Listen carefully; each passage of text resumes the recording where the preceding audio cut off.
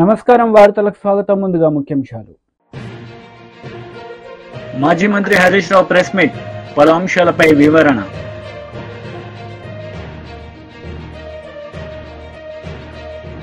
మాజీ మంత్రి Ambati Rambabu press meet, TDP నేతలపై fire. YCP leader Ambati Rambabu media సమావేశం నిర్వహించారు. ఈ సందర్భంగా పలు అంశాలపై ఆయన మాట్లాడారు. లోకేష్ గారు, నారా లోకేష్ గారు నిన్న ఒక ట్వీట్ చేశాడు. Z+ భద్రత ఉన్నా ఇంకా ఆ భద్రత అభద్రత ఎందుకు జగన్? Z+ భద్రత ఉన్నా ఇంకా అభద్రత ఎందుకు జగన్? దాని ఏమంటే ఇప్పుడు జగన్కున్న భద్రత ఎంత అంటే Z+ భద్రత 58 మందితో సెక్యూరిటీ, 2 ఎస్కాట్ బృందాలు, 10 మంది సాయుధ గార్డులతో భద్రత, కాన్వాయ్లో 2 అత్యాధునిక ల్యాండ్ క్రూయిజులు, బుల్లెట్ ప్రూఫ్లు. చూడండి, ఆయన నిన్న ట్వీట్ చేశాడు. నేను అడుగుతా ఉన్నా, చంద్రబాబు నాయుడు గారు కుమారులు మీరు, మంత్రివర్గంలో సభ్యులు మీరు, ఎందుకని ఇన్ని పచ్చి అబద్ధాలు ఆడతారు? ఇది ధర్మమేనా? లోకేష్ గారు, మీకు ఇంకా బుర్ర వికసించినట్టుగా అనిపిస్తుంది. నిక్కర్లు వేసుకుని గోలీకాయలు ఆడుకునే పద్ధతుల్లో మీరు మాట్లాడుతున్నారు. ల్యాండ్ క్రూయిజులు ఉన్నాయా? చూపించాయా బాబు, నాకు తెలియకడుగుతా. లోకేష్ గారు, నారా లోకేష్ గారు, ఎడ్యుకేషన్ మినిస్టర్ గారు, జగన్మోహన్ రెడ్డి గారి కాన్వాయ్లో ల్యాండ్ క్రూయిజులు ఉన్నాయి అని మాట్లాడుతున్నాడు. ల్యాండ్ క్రూయిజులు ఉన్నాయంట. మా ఎక్కడ కనపడలేదు, నిన్న మొన్న తిరిగాం. ల్యాండ్ క్రూయిజర్ ప్రభుత్వం సప్లై చేసిందా? బుల్లెట్ ప్రూఫ్ కార్లు, కార్లు ఏంది? బుల్లెట్ ప్రూఫ్ కార్లు ఎన్ని ఉన్నాయబ్బా? బుల్లెట్ ప్రూఫ్ కార్లు అంటే బహువచనం వాడావు కదా. ఒక్క బుల్లెట్ ప్రూఫ్ కారు ఇచ్చారు, అది కూడా లోపభూయిష్టమైనటువంటి కారు. షెడ్లో ఉండి బాగు చేయకోకుండా పంపించారు. మొదటి రోజున ఆయనతో పాటు నేను కూడా ప్రయాణం చేశాను. వినుకొండ వెళ్ళేటప్పుడు ఇక్కడే ఇంటి దగ్గర ఆ బుల్లెట్ ప్రూఫ్ కారు ఎక్కాం, సఫారీ. ఖచ్చితంగా టోల్ గేట్ యువతలే అనుకుంటా, అవతల గుర్తులేదు. వెళ్ళేటప్పటికి లోపల ఏసీ సరిగా రావడం లేదు, పైన వర్షం పడతా ఉంది, అద్దాలన్నిటికీ మంచు పట్టింది, దోవ కనపడటం లేదు, కుయ్ కుయ్ అని వెళ్తా ఉంది. వెళ్ళే పరిస్థితి లేదు. దిగి ప్రైవేట్ వాహనంలో వెళ్ళవలసినటువంటి పరిస్థితి ఏర్పడింది. అక్కడ దాకా ఎందుకబ్బా? ఇవాళ కోర్టులో ఏమన్నారు? మీ న్యాయవాదే, ప్రభుత్వం తరపున న్యాయవాదే, ఏమండి ఆ కారు బాగోలేదు మాట నిజమేను, స్పేర్ పార్ట్స్కి ఆర్డర్ ఇచ్చాము, అవి వచ్చేదాకా కొత్త కారు పంపిస్తాం అన్నారు. ఏంది నారా లోకేష్ గారు, మీరు మాట్లాడే మాటలు, మీరు చేసే ట్వీట్లు, ఏం మాట్లాడారు మీరు? ఏం అంటున్నారు మీరు? ఇది బుల్లెట్ ప్రూఫ్ కార్లు అంట. ఎందుకండి ఇంత పచ్చి అసత్యాలను ప్రచారం చేసేటటువంటి ప్రయత్నం మీరు చేయటం చాలా దురదృష్టకరమని మనవి చేస్తున్నా. అలాగే ల్యాండ్ క్రూయిజులు అన్నారు.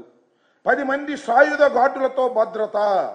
అయ్యా, 10 మంది సాయుధ గార్డులతో భద్రత జగన్మోహన్ రెడ్డి గారు ఎమ్మట ఉండేది ఇద్దరు, 10 మంది కాదు.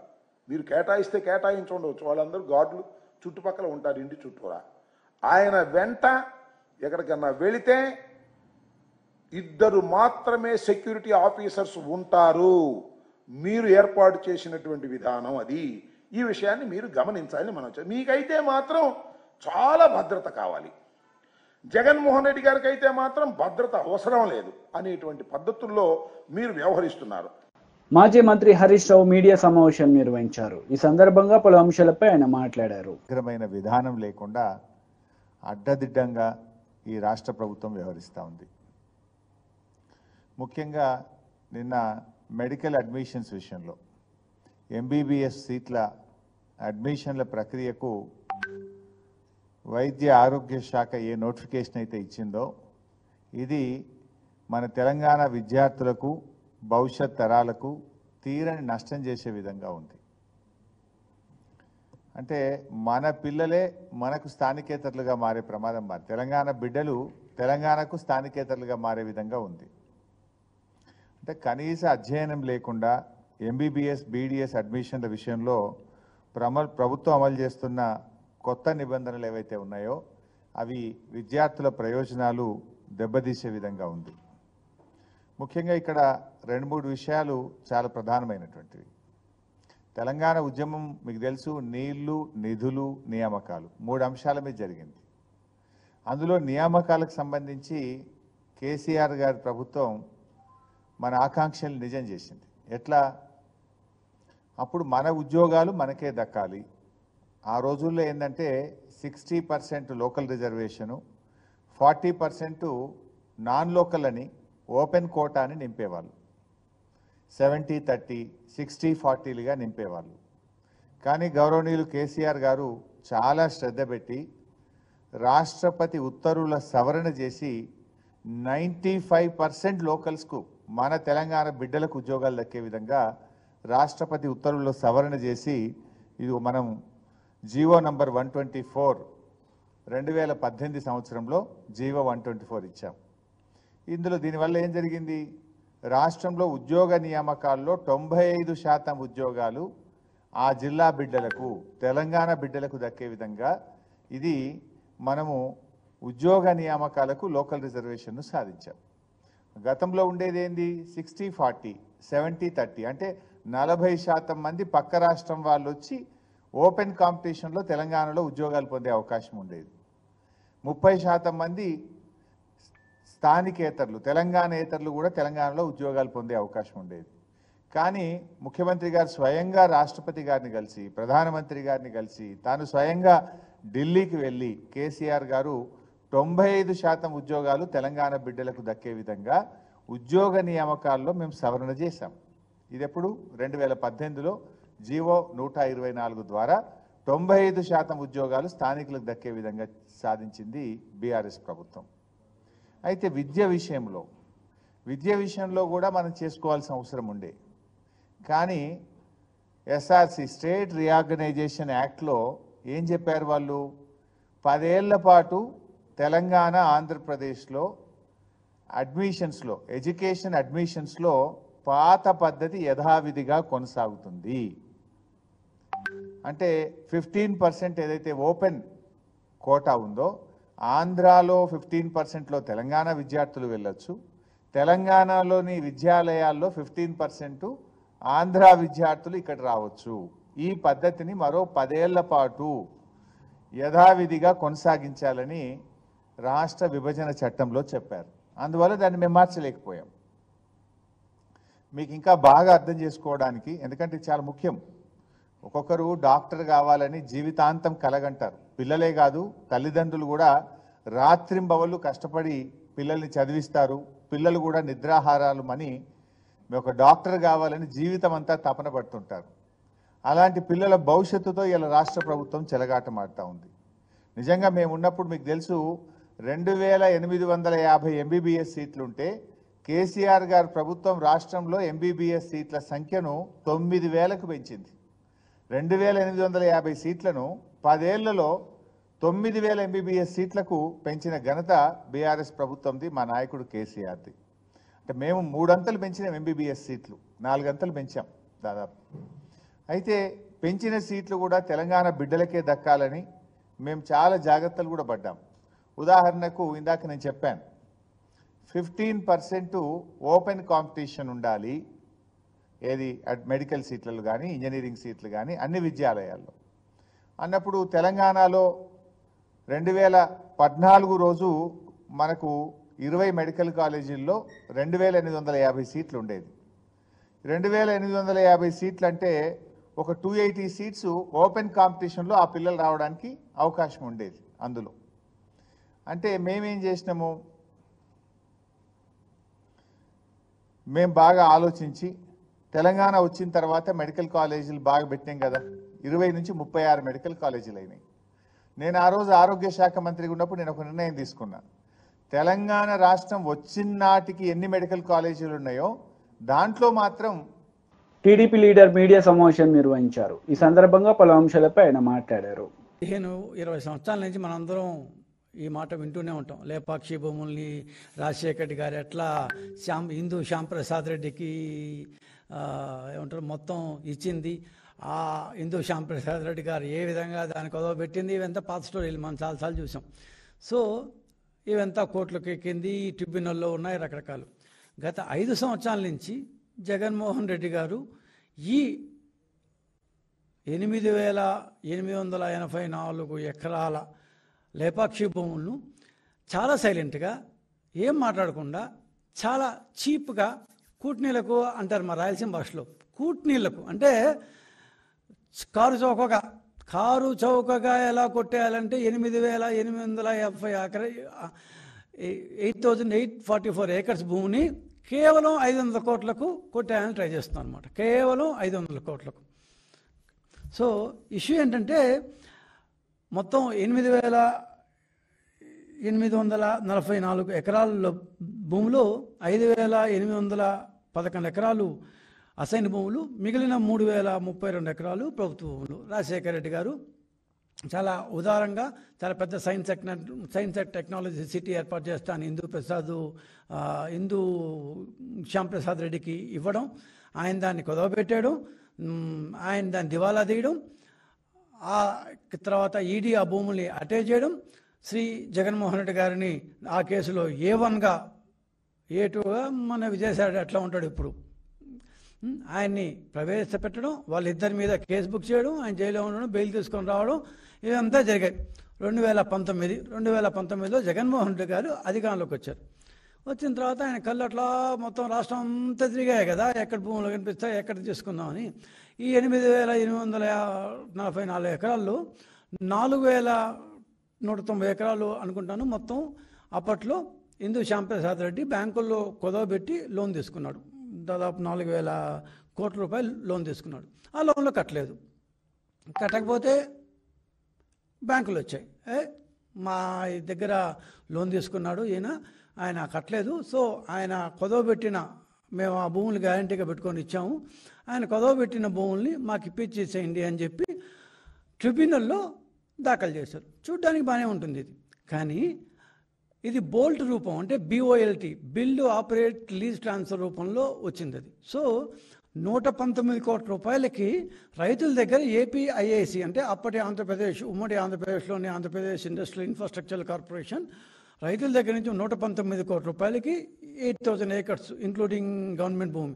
సో కొని టోటల్ 8,000 ఏకర్స్, దాంట్లో 5,811 ఏకర్స్ని కొని మొత్తం ఆ ల్యాండ్ పార్సల్ని ఎందుకు ఇచ్చింది.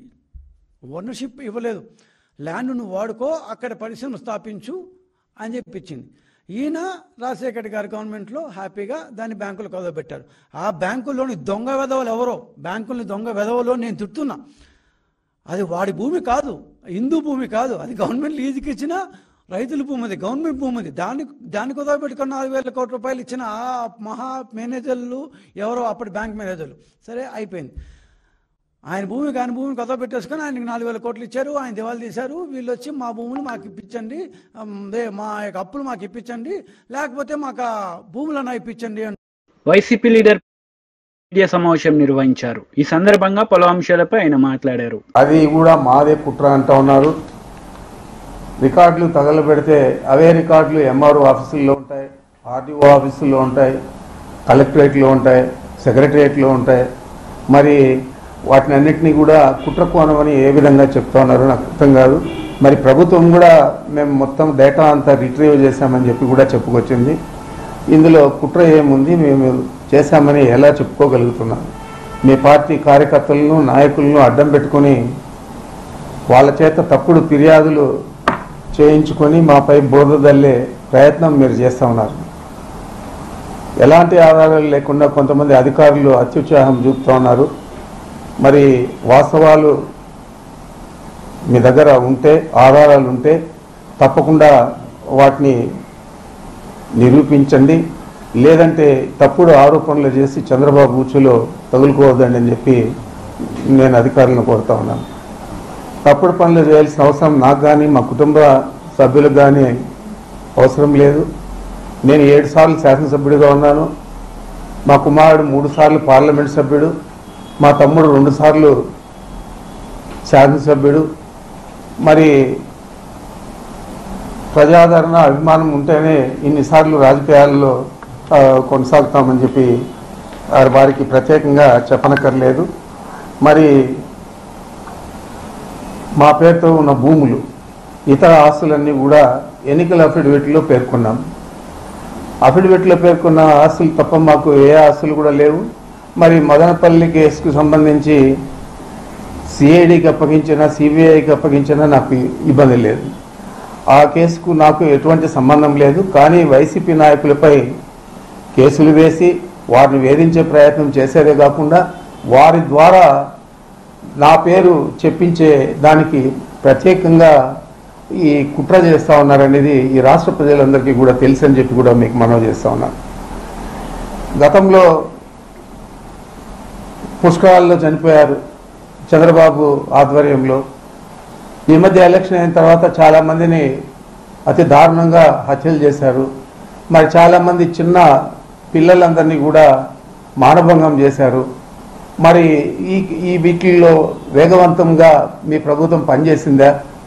మరి ఏదో అక్కడ రికార్డులు కాలిపోయినాయి, ఆ అత్యవసరంగా పోవాలని చెప్పి హెలికాప్టర్ ద్వారా డీజీపీని పంపించి దీని మీద ఒక పెద్ద ఇది కేసు చాలా ప్రమాదం, ఇది ఈ రాష్ట్రం అంతా కూడా కూలిపోతుంది అని చెప్పే లెక్కలో మీరు చేశారు. ఏ రోజు కూడా మేము 50 సంవత్సరాల నుంచి రాజకీయాల్లో దాదాపు 74 నుంచి విద్యార్థి రాజకీయాల్లో, తర్వాత ప్రత్యక్ష రాజకీయాల్లో ఎప్పుడు కూడా DGP helicopter. BRS leader media సమావేశం నిర్వహించారు. ఈ సందర్భంగా పలు అంశాలపై ఆయన మాట్లాడారు. కర్రా అని బోగస్ కంపెనీలు, ఫ్రాడ్ కంపెనీలు అనే అనుకున్నాం, కానీ ఇప్పుడు ఒక కుటుంబ కంపెనీ కూడా వచ్చింది. ఉద్యమంలో కొట్లాడి ఎన్నికల్లో నిలబడి ఓట్లు తెచ్చుకొని, రికార్డు స్థాయిలో ఓట్లు తెచ్చుకొని హరీష్ రావు గారు కానివ్వండి, కేటీఆర్ గారు కానివ్వండి, ఉద్యమంలో పాల్గొన్న కవిత గారిని కానివ్వండి, తీవ్రంగా కుటుంబ పాలన అని అటాక్ చేశారు. కానీ తెలంగాణ ఉద్యమంలో ఎక్కడ కూడా కనబడని, ఇప్పటి వరకు ఎలక్షన్స్లో కూడా పాల్గొనని, మరి పార్టీకి ఏమైనా పనిచేసిర్రో లేదో తెలియదు, కానీ ఒక దండుపాల్యం బ్యాచ్ అసలైన కుటుంబ పాలన, దోపిడి పాలన ఎలా కనబడుతున్నది. ఒక బ్యాచ్ ఏమో ఆస్ట్రేలియాలో ఉన్నది, అనుముల కొండల్ రెడ్డి గారి బృందంలో. ఇప్పుడే వస్తుంటే హైదరాబాద్ నగరంలో మొత్తం గోడల మీద పోస్టర్లు కనబడ్డాయి. అరే ఎవరో ఇప్పుడే జూల నుంచి ఒక సింహం బయటకు వచ్చింది, సింహం పోస్టర్ వేసిరు. ఎవరినే అని చూస్తే తిరుపతి రెడ్డి గారి, అనుముల తిరుపతి రెడ్డి గారి బర్త్డే అంట. మొత్తం హైదరాబాద్ గోడలంతా అనుముల తిరుపతి రెడ్డి గారికి అప్పచెప్పేసారు. వీళ్ళిద్దరు ఇట్లుంటే నేనేమన్నా వెనుకకు పోయినానా, నాకు కూడా ఏమన్నా చేయాలి కదా, అన్న ముఖ్యమంత్రి అయిండు అని అమెరికాలో ఉన్న జగదీష్ అనుముల గారు, ఇది అమెరికా పర్యటనలో భాగంగా వారితో పాటు కనిపిస్తున్న ఇంకొక సోదరులు జగదీష్ రెడ్డి అనుముల గారు నిన్న స్వచ్ఛ బయో ప్లాంట్ తోని ఎంఓయు ఒప్పందాలు 1000 కోట్లు అని ప్రకటించింది ముఖ్యమంత్రి గారి కార్యాలయం. ముఖ్యమంత్రి గారు ప్రకటించారు. ఇందులో వారు వేసిన ట్వీట్లో, వారు చేసిన ప్రకటనలో, మీడియా ప్రకటనలో సునంగీత్కి చెందిన ఒక సైంటిస్ట్ పేరు ప్రవీణ్ పరిపాటి గారు, వారు ఇక్కడ ఉన్నారు. ఓకే, మరి ఇందులో స్వచ్ఛ బయో వాళ్ళు ఎక్కడున్నారు, ఎవరు అసలు, వీళ్ళందరూ ఎవరు అని ఒక స్టడీ చేస్తే అసలు స్వచ్ఛ బయో అనే సంస్థ దాని రిజిస్ట్రేషన్ డీటెయిల్స్ చూస్తే ఇది కేంద్ర ప్రభుత్వం companies act, ministry of corporate affairs నుంచి తీసిన డాక్యుమెంట్. ఈ డాక్యుమెంట్లో 2 డైరెక్టర్స్ ఉన్నారు ఈ కంపెనీకి. Director number 1 Vedavalli Sivananda Reddy. స్వచ్ఛ బయోకి సంబంధించి వార్తలు ముగించే ముందు ముఖ్యాంశాలు మరోసారి. మాజీ మంత్రి హరీష్ రావు ప్రెస్ మీట్, పలు అంశాలపై వివరణ.